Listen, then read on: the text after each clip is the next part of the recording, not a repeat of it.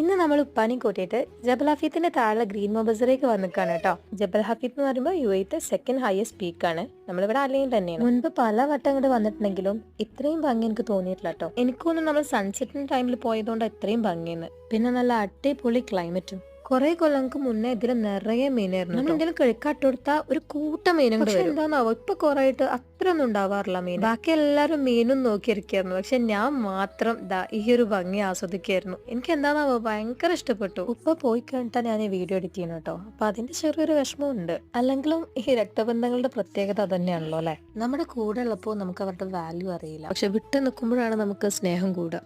അപ്പൊ നല്ല വിഷമം ഉണ്ടാവും. പിന്നെ വേറൊരു കാര്യം കൂടി ഉണ്ട്. ഞാൻ 5th-ലും 10th-ലൊക്കെ പഠിക്കുമ്പോൾ ഇതേ സ്ഥലത്തേക്ക് ഉപ്പാനും ഉമ്മാൻ്റെയൊക്കെ കൂടെ വന്നിട്ടുണ്ട്. അന്ന് ആരെങ്കിലും വിചാരിച്ച പോലെ ഇത്രയും കൊല്ലങ്ങൾ കഴിഞ്ഞിട്ട് ഞാനും എൻ്റെ കുട്ടികളും ഉപ്പയൊക്കെ ഒരുമിച്ച് ഇങ്ങോട്ട് വരുമെന്ന്? അയ്യോ, കഥ പറഞ്ഞ് എന്റെ വീഡിയോ ഇവിടെ തീർന്നു കേട്ടോ. അപ്പൊ വീഡിയോ ഇത്രയേ ഉള്ളൂ. Thank you.